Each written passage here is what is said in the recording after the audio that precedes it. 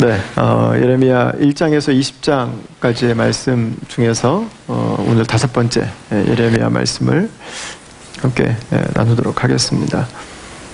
예레미야에는 이 뒷부분에도 저희가 함께 나눌 수 있는 너무 중요한 주제들이 몇 가지가 더 있습니다.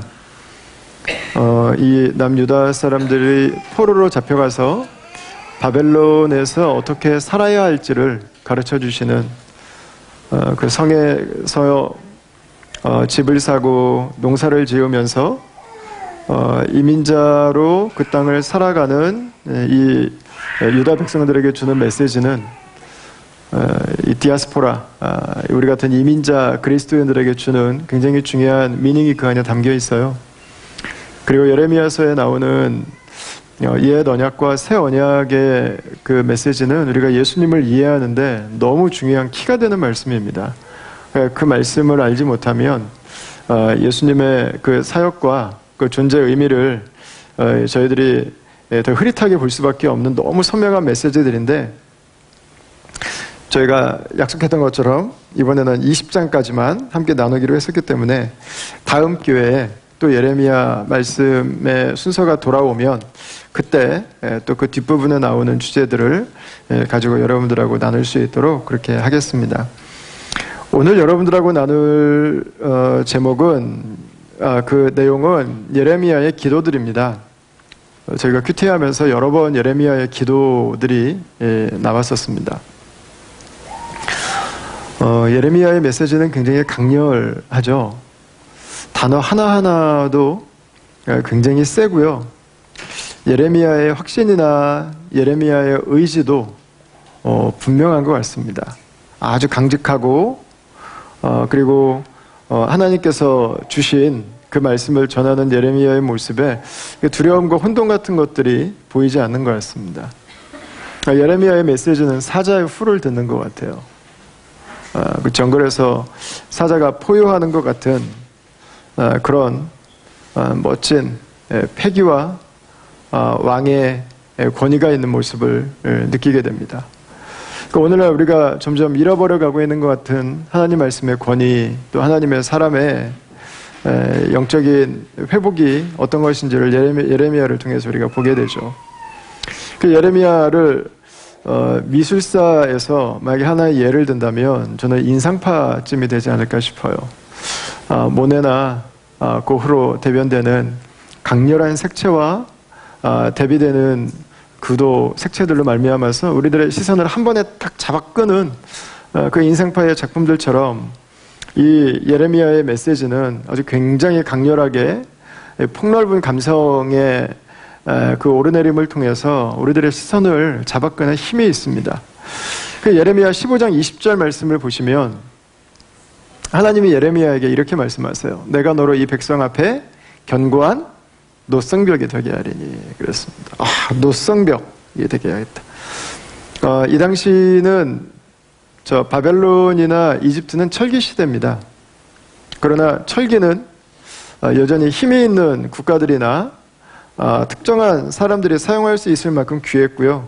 백성들이 사용하는 일반적으로 가장 강한 물질은 구리, 노시였습니다.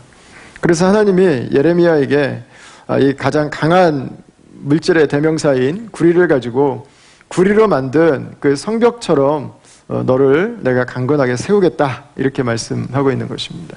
오늘날 표현을 하셨다면 내가 너에게 아이언맨 수트를 하나 주겠다, 이런 표현을 하시지 않았을까? 내가 너를 슈퍼맨처럼 강하게 하겠다, 이런 표현을 하시지 않았을까 싶습니다. 여기까지 딱 보면은요, 예레미야의 사역은 굉장히 멋질 것 같아요. 많은 사람들이 나와서 그 영적인 권위가 있는 선지자를 통해서 하나님의 말씀을 듣고 흔들림 없고 확신에 찬 그 예레미야의 고결한 성품과 그의 인격을 보면서 사람들이 주님 앞에 회개하고 하나님 백성으로 살기를 결단하고 자신들의 삶을 돌이키는, 그래서 공동체가 새로워지고 사회 개혁과 변혁이 시작되는 그 놀라운 일들이 일어날 것 같습니다. 그런 사회에 대한 어떤 소망이 꿈틀거리는 그런 강력한 영적 리더를 우리가 만나고 있는 것 같습니다. 그러나 그의 인생은 그렇게 멋지고 아름답고 대단하지는 않습니다. 그는 모든 백성들에게 나라를 혼란에 빠뜨리는 자로 찍힙니다. 그리고 그 수많은 군중 가운데 홀로 외로운 단독자가 됩니다. 아무도 내 편이 없습니다. 그의 메시지가 사실인지 증명해내라고 하는 조수와 비웃음을 가는 곳마다 당하게 되고, 자신을 가장 잘 이해해주고 자신을 가장 잘 알고 있다고 생각했던 그 아스돗의 동료 제사장들에게까지 살해의 위협을 받기 시작합니다. 그는 토굴에 끌려가고 갇히고 사람들에게 붙들려서 자신의 삶이 자신의 계획이 아니라 강제에 의해서 이끌려져 가는 경험들을 하게 되죠.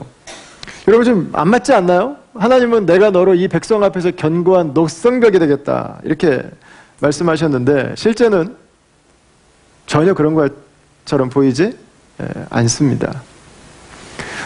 여러분께서 가지고 계신 큐티책에 보시면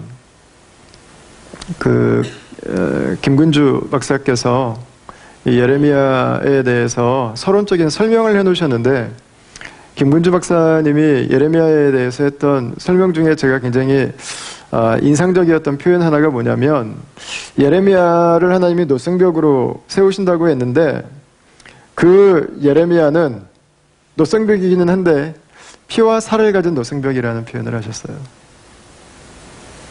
여기 보시면은 너를 칠지라도, 노성벽이니까 바리케이트 그 앞에다가 딱 쳐놓고 뭐 날마다 사람들이 와서 뭐 이렇게 왁스 발라가지고 뭐 광나게 해가지고 뭐 아주 멋있는 디자인으로 이렇게 폼나는 노성벽이 아닌 것입니다. 치면 아픈 노성벽입니다. 사람들이 나에게서 등을 돌리면 상처를 받는 노성벽입니다. 하나님의 말씀이 내 앞에 드러나지 않으면 두려워하는 노성벽입니다. 여러분, 이 노성벽은 아이언맨 수트를 입는 것도 아니고 슈퍼맨이 되는 것도 아닙니다. 노성벽은 버티게 해주시겠다고 하는 약속이에요. 아파요. 맞아요. 끌려다녀요. 상처받아요. 고통이 있어요. 마지막까지 붙들어 주시겠다는 약속이에요. 그의 인생에 이제는 아무런 어려움 없이 평탄대로가 쫙 열리는 것을 의미하는 말씀이 아닙니다. 오히려 정반대예요. 정반대. 하나님은 정반대를 전제로 말씀하고 계세요. 어려움이 있을 것이다. 치는 사람들이 있을 것이다. 악의 손에 빠질 수 있을 것이다. 여기서 말하는 노성벽은 아픈 노성벽, 무서워하는 노성벽, 여기저기 스크래치가 난 노성벽, 사람들에 의해서 공격을 받은 노성벽. 이런 믿음을 갖는다고 하는 것은 세상을 제압하는 절대 권력을 갖거나 세상을 내 마음대로 움직일 수 있는 마력을 갖는 것이 아닙니다. 하나님께서 세우시는 노성벽은 마지막까지 그런 어려움이 있지만 포기하지 않는 노성벽입니다. 무너지지 않는 노성벽이고, 그렇게 강하고 대단하게 위엄과 권위가 있어 보이는 예레미야의 현실은 바로 그 노성벽으로의 부르심이었습니다. 16절과 17절을 한번 읽어볼까요? 이건 같이 한번 읽어보면 좋겠습니다. 시작. 만군의 하나님 여호와시여, 나는 주의 이름으로 일컬음을 받는 자라. 내가 주의 말씀을 얻어먹었사오니 주의 말씀은 내게 기쁨과 내 마음의 즐거움이오나 내가 기뻐하는 자의 모임 가운데 앉지 아니하며 즐거워하지도 아니하고 주의 손에 붙들려 홀로 앉았사오니 이는 주께서 분노로 내게 채우셨음이니이다. 아멘. 여러분, 주의 말씀은 내게 기쁨과 내 마음의 즐거움입니다. 아멘입니까? 말씀을 받는 건 기쁜 일이죠. 하나님이 나에게 주시는 약속의 말씀을 내가 확신하는 것은 기쁜 일입니다. 힘이 나죠. 흔들리지 않죠. 그 말씀을 붙들고 있으면 두렵지 않습니다. 이대로 일어나면 내가 다른 삶을 살아갈 수 있을 것 같습니다. 나에게 굉장한 위로와 힘이 됩니다. 그러나 말씀을 붙들고 일어났는데 현실은 조금도 달라져 있지 않죠. 말씀을 받는 건 기쁜 일이에요. 즐거운 일이에요. 그러나 현실은 내가 기쁜 자들과 함께 있는 것 같지 않아요. 기도하고 하나님이 함께 하시는 확신과 그분의 임재의 능력 안에서 그분의 위로와 그분의 인도하심의 확신 가운데서 눈을 뜨면 우리가 맞이하는 현실은 달라져 있지 않을 때가 많습니다. 똑같죠? 말씀은 기쁨과 즐거움이에요. 기도는 기쁨과 즐거움이에요. 그러나 말씀을 가지고 살아가는 삶은 기쁨과 즐거움이 아닐 수 있습니다.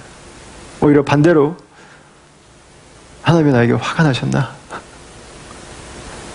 내가 뭘 잘못한 거지? 하나님이 나랑 함께 하고 계신 거기는 한가? 이런 그런 생각들이 우리에게 들 수 있습니다. 이게 믿음의 삶입니다. 믿음의 삶은 항상 나에게 행복한 기분이 들고 항상 좋은 일들이 일어나고 모든 것이 다 이루어지는 마술지팡이가 아닙니다. 만약 그게 믿음의 정의라면, 그게 믿음의 모든 것이라면 예레미야는 믿음이 없는 사람입니다. 그는 믿음으로 살지 않는 사람입니다. 사도 바울은 믿음이 없는 사람이에요. 예수님은 믿음으로 살지 않은 분이에요.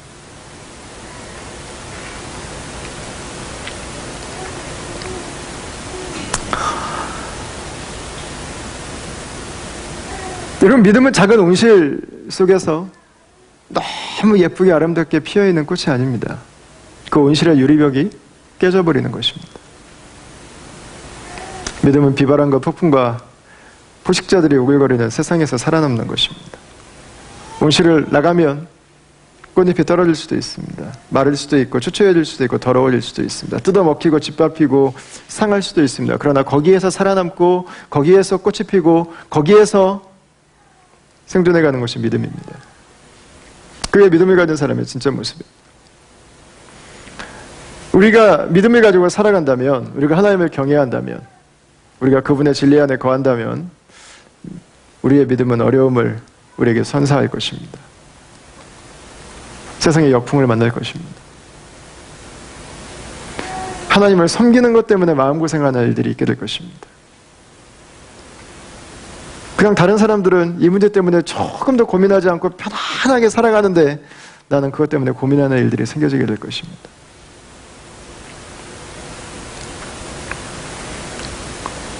그게 믿음이죠. 마태복음 10장 16절에서 18절을 같이 한번 볼까요? 예수님께서 하신 말씀입니다. 보라, 내가 너희를 보내면 양을 이리 가운데 보낸 것 같도다. 그러므로 너희는 뱀같이 지혜롭고 비둘기같이 순결하라. 사람들을 삼가라. 그들이 너희를 공회에 넘겨주겠고 그들의 회당에서 채찍질하리라. 또 너희가 나로 말미암아 총독들과 임금들 앞에 끌려가리니 이는 그들과 이방인들에게 증거가 되게 하려 하심이라. 이렇게 말씀하셨습니다. 예수님은 우리가 예수님을 신뢰하고 예수님을 영접하고 주의 말씀 안에 살아갈 때 우리를 공회에 넘겨주는 사람들이 있고 채찍질 당하고 끌려갈 것이라고 말씀하셨습니다. 주님을 따르는 자들을 잡아먹으려고 하는 이리들이 있을 것이라고 말씀하셨습니다. 여러분, 이 말씀이 세상 사람들이 나 빼고 다 문제라고 하는, 세상이 다 적이라고 하는 관점으로 이 말씀을 이해하지 않게 되기를 바랍니다. 분명한 것은 우리의 믿음은 세상과 충돌을 일으킨다는 것입니다. 세상의 가치를 그대로 다 받아들일 수 없다는 거예요. 이런 상황을 살아가는 제자들에게 예수님은 뱀처럼 지혜로우라고 말씀하셨습니다. 뱀처럼 지혜로워라. 이 말은 세상과 문제를 만들지 않기 위해서 최대한 노력해야겠죠. 그러나 뱀처럼 지혜로우라고 하는 이 말은 어려움 겪지 않고 살살 이리저리 빠져나가는 그 능수능란한 처세술을 가지고 살아가라고 하는 말씀이 아닙니다. 이 말씀 뒤에 보면 지혜롭게 살아가는 삶은 성령으로 사는 삶인 것을 알 수 있어요. 주의 인도하심을 따라서 살아가는 삶, 그 삶을 계속해서 keep going 하라는 이야기입니다. keep going 하라. 만약에 처세술이 세상을 살아가는 이 뱀과 뱀의 지혜의 데피니션이라면은요, 예수님 대제사장들과 함께 아마 기가 막히게 잘 지내셨을 거예요. 충돌 일으키지 않고. 바리새인들과 멋진 관계 아마 이루면서 정치적 동맹을 아마 이루어가셨을 거예요. 그렇게 예수님의 삶이 어려움을 만나지 않으셔도 아마 됐을 것입니다. 여러분, 예수님이 말씀하시는 것은 우리가 그리스도인이라면, 우리가 예수님을 따르는 제자라면, 우리가 하나님 백성으로 이 땅을 그분의 말씀을 붙들고 살아간다면 어려움은 불가항력적인 것이라고 하는 걸 인정하고 있는 것입니다. 우리가 지구에 살아간다면 중력의 법칙을 무시할 수 없는 것처럼, 우리가 이 우주에 살아간다면 우주 확장의 법칙을 무시할 수 없는 것처럼 당연한 우리의 삶의 법칙으로 그리스도인들의 어려움과 고난은 예견되어 있다고 하는 것입니다. 이런 믿음의 삶은 우리에게 관계의 어려움, 선택의 어려움, 내가 믿음 안에서 감당하고 짊어져야 될 무게들이 있다고 하는 것을 의미합니다. 가장 쉬운 선택은 아마 믿음을 내려놓는 것일 것입니다. 믿음을 포기하는, 현실에 그냥 맞춰서 살아가는 것. 그러나 그 선택을 우리가 오래 할 수는 없어요. 우리가 하나님 백성으로 그리스도와 함께 살아간다면 성령께서 내 마음을 두드리실 거예요, 아마. 그게 나의 최선인지를 다시 물어보실 거예요. 그게 하나님이 기뻐하시는 것인지를 우리에게 다시금 깨닫게 해주실 것입니다. 자, 예레미야는 어떻게 했을까요? 11장 20절 말씀을 한번 보겠습니다. 같이 한번 읽겠습니다. 11장 20절 시작. 공의로 판단하시며 사람의 마음을 감찰하시는 만군의 여호와여, 나의 원통함을 주께 아뢰었사오니 그들에게 대한 주의 보복을 내가 보리이다 하였더니. 아멘. 예레미야가 그 상황에서 했던 일은 현실의 갈등을 피하거나 더 쉬운 삶을 선택하기 위해서 하나님을 양보하는 것이 아니었습니다. 공의로 재판하시는 하나님께 나와서 그는 원통함을 아뢰고 있습니다. 원통함이라고 하는 이 단어는 소송이라는 단어로도 사용됩니다. 소송. 하나님께 나와 소송하고 있는 거예요. 원통함을 가지고 소송하고 있는 것입니다. 원통함은 억울한 사람들이 갖는 감정이죠. 억울합니다. 내가 하나님을 따르기 위해서 고난을 당합니다. 억울합니다. 하나님께. 내가 주의 말씀에 순종하기 위해서 억울합니다.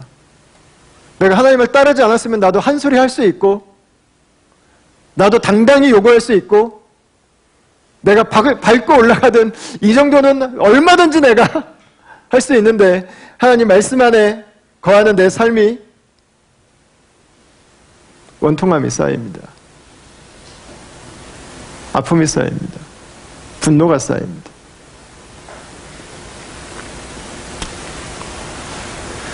하나님께 소송하는 것입니다. 가장 공의로우신 주님, 당신께서 이 소송을 당신께서 재판해 주십시오. 자신의 부당한 대우와 처지를 가지고 하나님께 나아가는 거죠. 이 원통함은 그의 절망의 끝을 보게 해줍니다.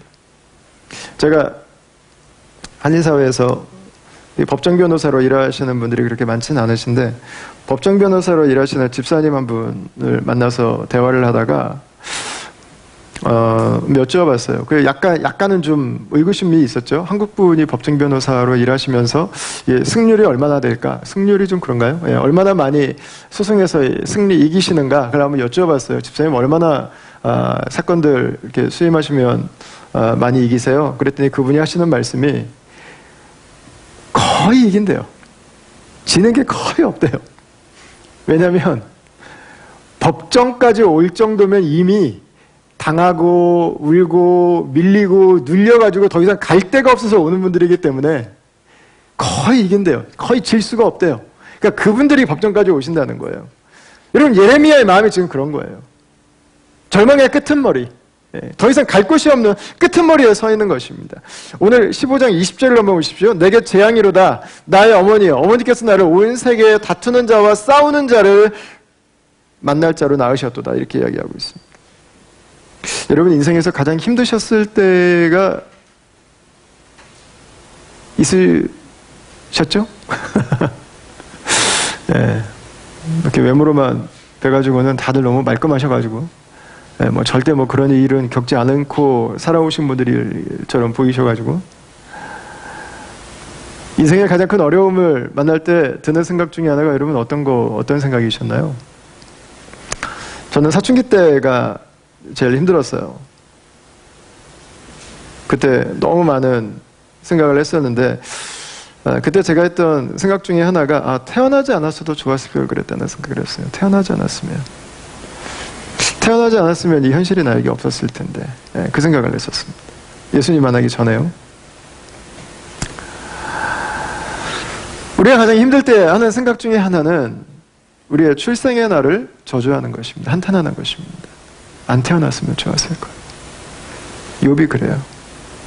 그 극심한 고통 가운데 사는 이야기는 안 태어날 걸. 왜 태어났을까? 태어남에 대한 이야기입니다. 여러분 예레미야가 하는 이야기는 다음번. 네, 문자 그만 보내고 자 다음번으로.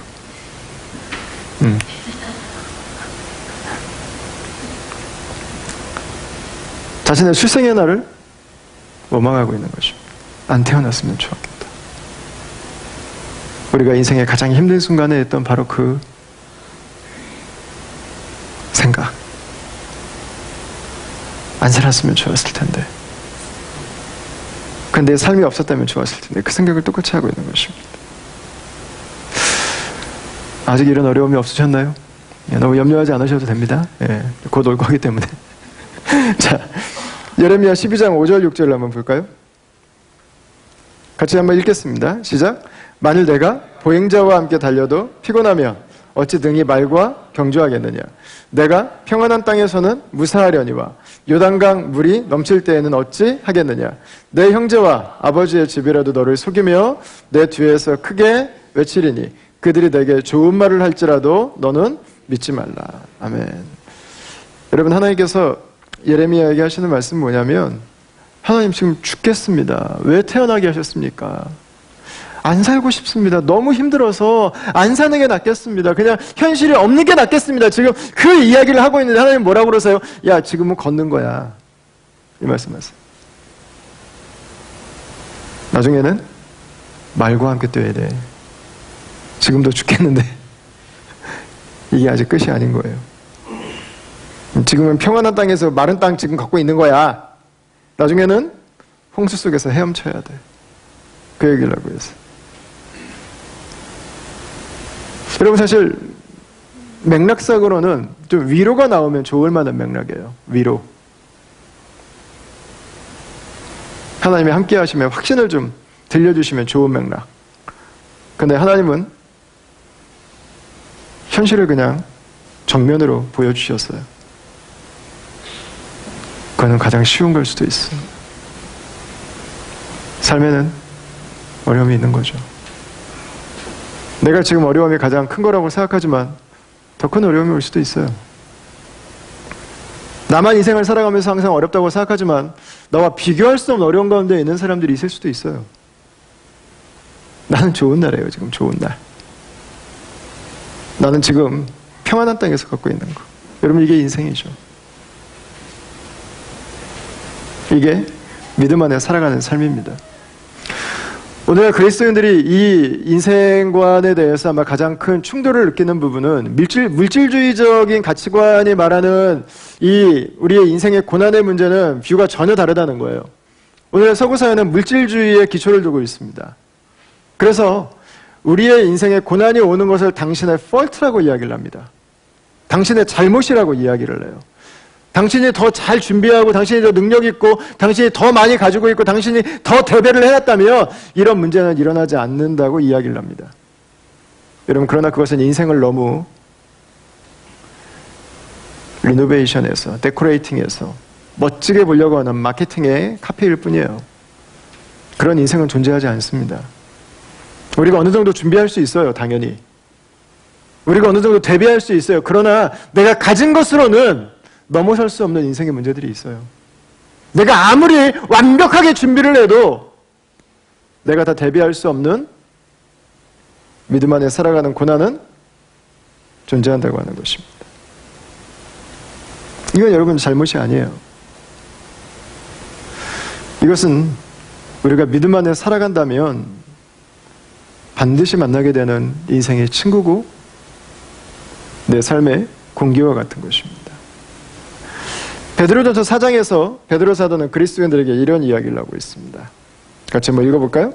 사랑하는 자들아, 너희를 연단하려고 오는 불시험을 이상한 일 당하는 것 같이 이상히 여기지 말고 오히려 너희가 그리스도의 고난에 참여하는 것으로 즐거워하라. 이는 그의 영광을 나타내실 때에 너희로 즐거워하고 기뻐하게 하려 함이라고 말씀하고 있습니다. 아멘. 여러분, 하나님은 예레미야에게 야 걱정하지 마, 아무 문제 없을 거야 라고 대답하지 않으셨어요. 네 미래 괜찮아, 나이스할 거야 말씀하지 않으셨어요. 하나님은 오히려 하나님 안에 살아갈 때, 진리 안에 살아갈 때 어려움이 있고 더 큰 어려움도 올 수 있다고 말씀하셨습니다. 여러분, 예레미야가 왜 하나님 앞에 원통해야 합니까? 왜 분노합니까?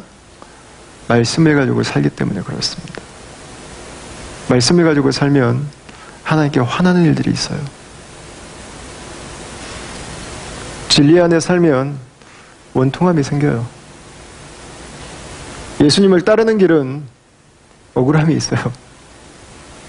내가 너무 무능하고 내가 너무 나약해지고 내가 너무 별 볼 일 없는 존재로 쪼그라드는 것 같은 그 경험들을 하게 된다는 것입니다.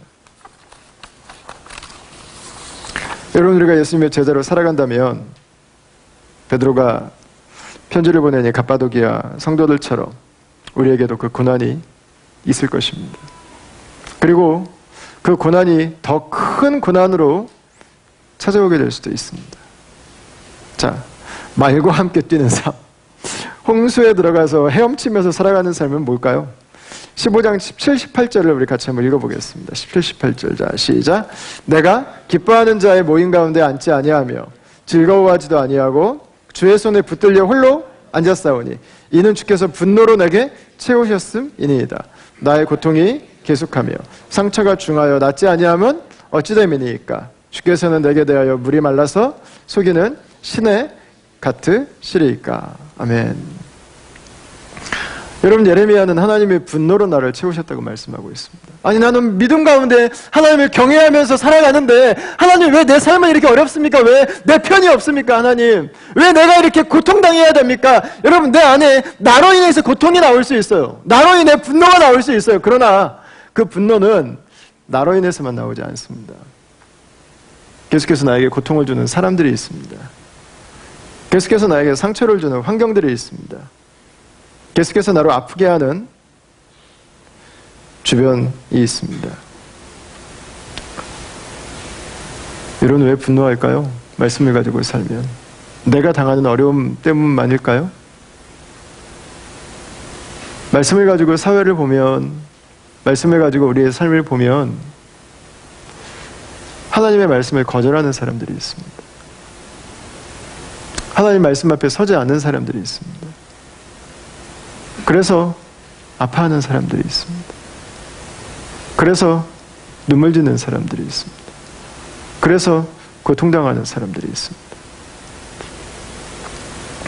그럼에도 불구하고 자신의 길을 말씀 앞에 놓는 것을 원하지 않습니다. 계속해서 하나님을 거절하는 그 삶을 선택해서 살아갑니다. 안타까움의 수치가 올라가요. 하나님이 계시는데 하나님 왜 이런 일들이 일어나야 됩니까? 하나님이 계시는데 하나님 왜 억울한 자들이 있습니까? 하나님이 계시는데 왜 하나님의 정의가, 공의가 이 땅 가운데 드러나지 않습니까? 혈압이 올라가고 분노지수가 올라갑니다. 하나님의 약속이 있고 하나님의 말씀이 있는데 하나님, 세상이 왜 그렇습니까? 말씀을 가지고 세상을 보니까는요, 더 속상해요. 더 안타까워요. 더 마음이 아파요. 더 분노가 올라와요.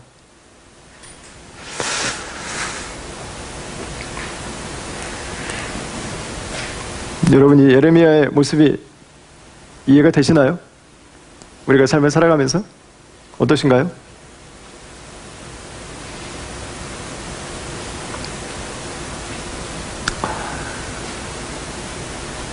하나님은 주께서는 내게 대하여 물이 말라서 속이는 시내 같으시니이다. 여러분, 이거 굉장한 표현 아니에요? 하나님에게 당신 치팅하는 사람이라고 이야기를 하고 있어요.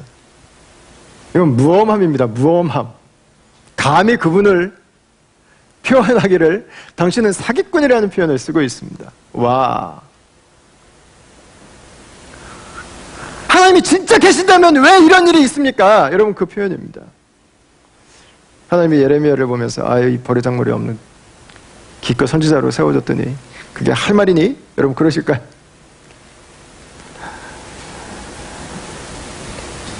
여러분, 어쩌면 하나님 보실 때 생소하고 불편한 모습은 정반대일 수도 있습니다. 불의가 자행됨에도 불구하고 내 마음이 너무 평안해서 감사할 때 하나님이 생소하게 느끼실 수 있습니다. 이 세상에 억울한 일을 당하는 사람들인데 내 영이 너무 자유할 때 하나님이 생소하게 느끼실 수도 있습니다. 하나님의 심판과 그 죄의 결과가 너무 뻔히 보임에도 불구하고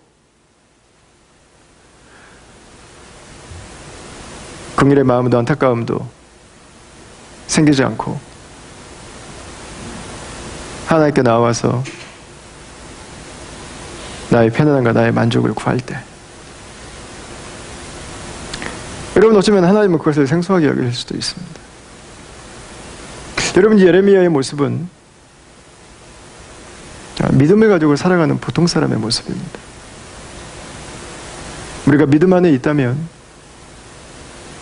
어려운 일이 생길 것입니다. 우리가 믿음 안에 있다면 하나님께 분노하는 일이 생길 것입니다. 내가 믿음 안에 살아가는데 하나님 왜 나에게? 하나님이 다스리시는데 하나님 말씀이 이 세상 가운데 역사하신다면서 왜 세상에 이런 일이? 여러분, 우리가 말씀 안에 있다면 분노해요. 하나님께 화를 내고 하나님께 삿대질을 하고 하나님께 대해서 잔인한 부복의 말을 내뱉는 이 일들은 가능한 것입니다. 여러분, 이건 예레미야의 고백만이 아니에요. 저희가 즐겨서 사랑하는 시편 말씀을 보면 시편이 150편인데 시편의 3분의 1은 탄식과 고통 가운데서 쓰여진 시편입니다. 저는 이게 우리가 살아가는 세상의 실존인 것 같아요. 실존. 여러분, 지구에 약 72억 정도 지금 있나요? 그 중에 3분의 1은 지속적인 고통 가운데 살아갑니다.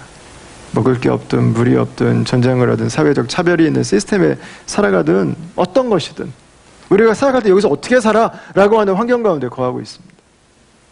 3분의 1. 우리의 삶의 어떤 스테이지에서는 어려움이 찾아올 때가 있습니다. 단지 지금은 나의 때가 아닐 뿐이지 나에게도 어려움의 때가 찾아오죠. 내 턴이 아닌 거죠.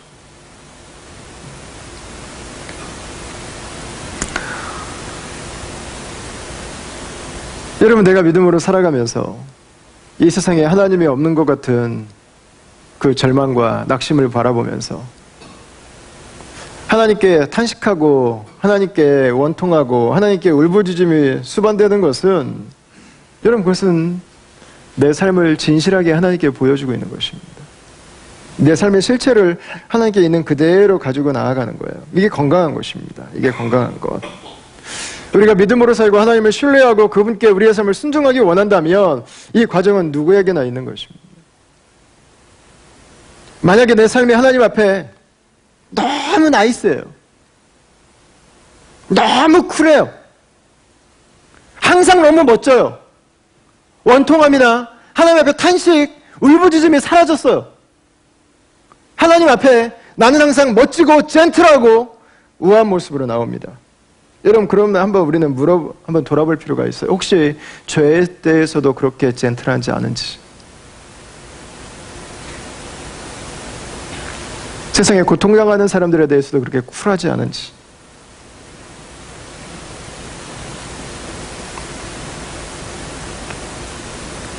하나님이 없는 것에 대해서도 그렇게 시크하게 대하고 있지는 않은지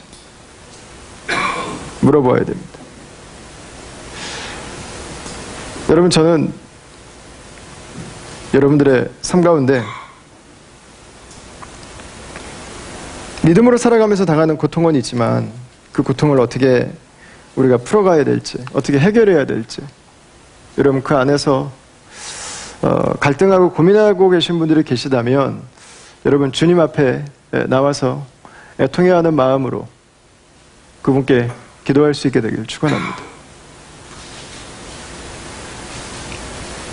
여러분 그분께 오십시오. 그분께 탄원하십시오. 그분께 부르짖으세요. 그 눈물이 없기 때문에 웃음도 없어요. 그 소송이 없기 때문에 승리도 없어요. 여러분, 저는 우리 시대에 회복되어야 되는 기도 중에 하나가 우리가 믿음으로 살아가면서 탄식하는 기도인 것 같아요. 탄식하는 기도.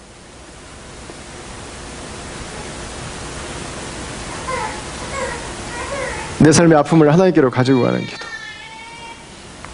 이 세상에 하나님이 없음으로 고통당하는 자들을 향해서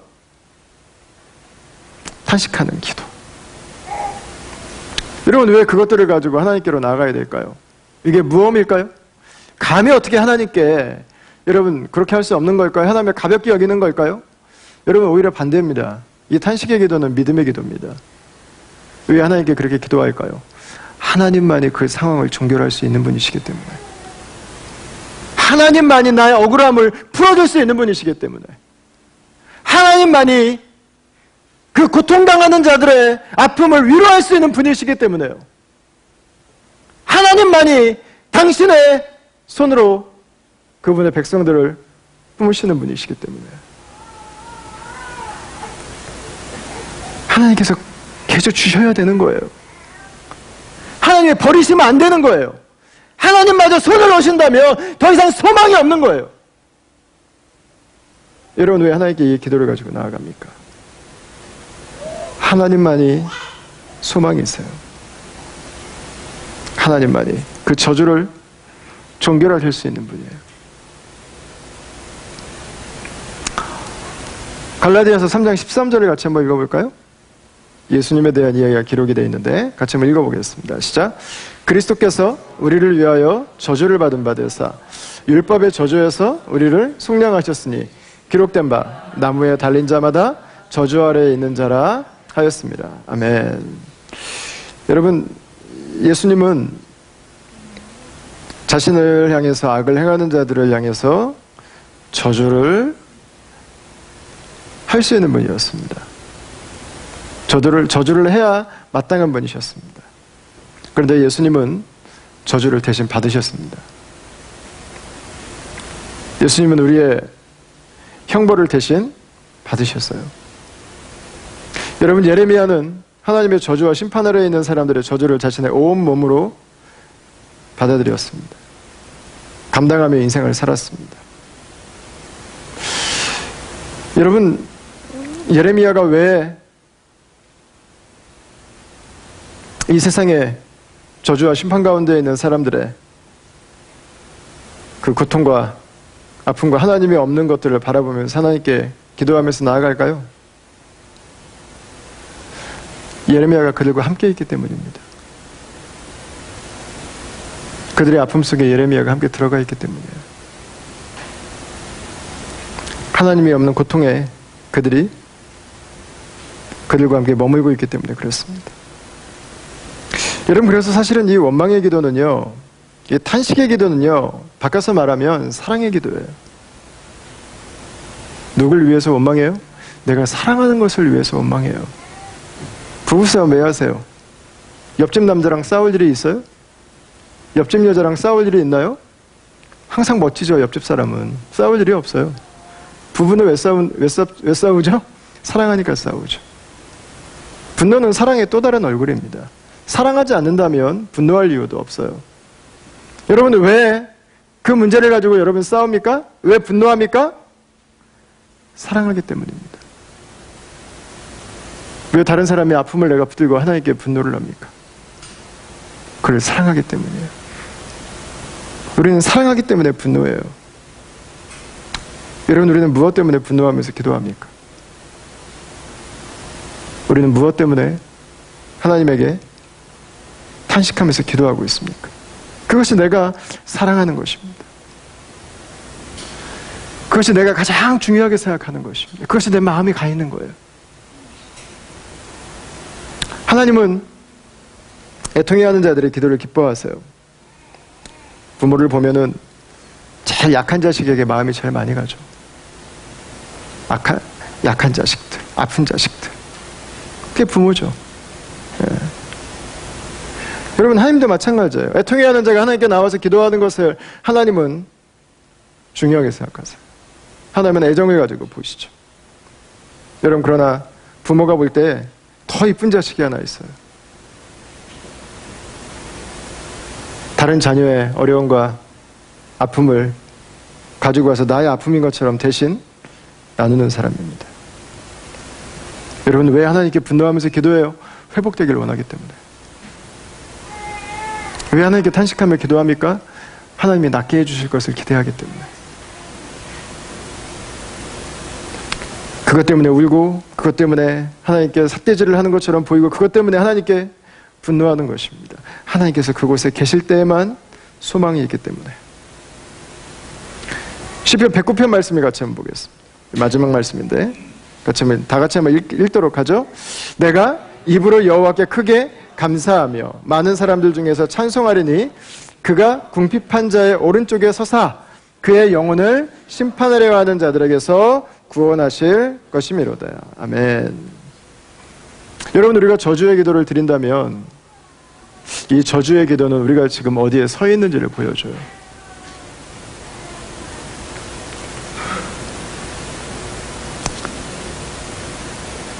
내가 가지고 있지 않은 것을 누군가 가지고 있는 것 때문에 우리가 원망하고 탄식한다면 여러분, 우리의 마음은 거기에 서 있는 것입니다. 내가 가보지 못한 곳에 누군가 가 있는데 그것 때문에 우리가 원망하며 기도한다면 여러분, 우리는 그 편에 서 있는 것입니다. 근데 하나님은 말씀하시죠. 하나님은 궁핍한 자의 오른쪽에 서 계시고 그의 영혼을 심판하려 하는 자들을 구원하실 것이라고 말씀하고 있습니다. 하나님과 같은 편에 서 있는 사람들, 하나님의 편에서 그들의 필요를 돌아보고 그들을 사랑하고 그들과 함께하면서 그들로 인해 아파하고 그들이 하나님의 도우심 가운데 회복되기를 원하고 그들이 하나님의 인도하심 가운데 변화되기를 원하는 그 마음의 소원함을 가지고 있는 사람들, 여러분, 그것이 바로 예레미야의 마음을 가진 공동체라고 할 수 있을 것입니다. 이런 말씀을 마무리해야 될 것 같습니다. 우리가 부르심의 자리를 살아가는 것은 고난이 찾아올 수 있습니다. 어려움이 따를 것입니다. 우리에게도 탄식의 기도와 원망의 기도와 저주의 기도가 드려질 수 있습니다. 그 고난은 부끄러운 것도 아니고 잘못도 아닙니다. 하나님의 실수도 아니고 하나님의 계시지 않은 것도 아닙니다. 하나님의 무능도 아닙니다. 오히려 그 고난은 하나님의 백성들이 오늘도 신실하게 하나님의 백성으로서의 자리를 살아가고 있다고 하는 증거예요.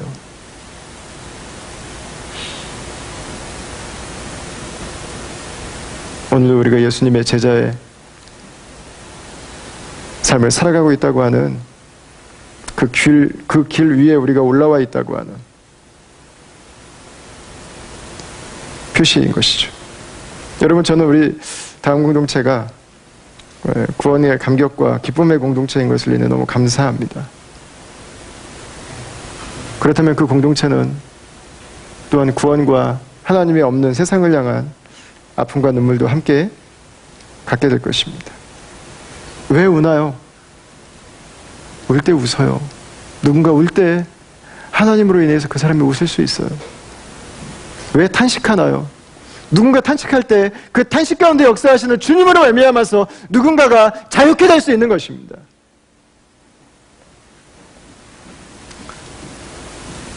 누군가가 견딜 때 누군가가 치유를 경험할 수 있게 되죠. 여러분, 이 삶이 피와 살을 가진 노생벽으로 사셨던 바로 예수님의 모습이었습니다. 예수님은 십자가의 죽음으로 가셨습니다. 십자가의 저주를 받으셨습니다. 그러나 그 저주가 저와 여러분들에게는 축복의 자리가 되었습니다. 사랑하는 다음 공동체 여러분, 저 여러분들에게 하나님이 주신 부르심이 있습니다. 하나님의 백성으로서의 부르심, 진리를 가진 자의 부르심, 하나님을 사랑하는 자의 부르심. 여러분, 그 부르심의 감격과 그 특권을 가지고 한 주도 살아갈 수 있게 되길 바랍니다. 동시에 이 세상에 하나님이 없으므로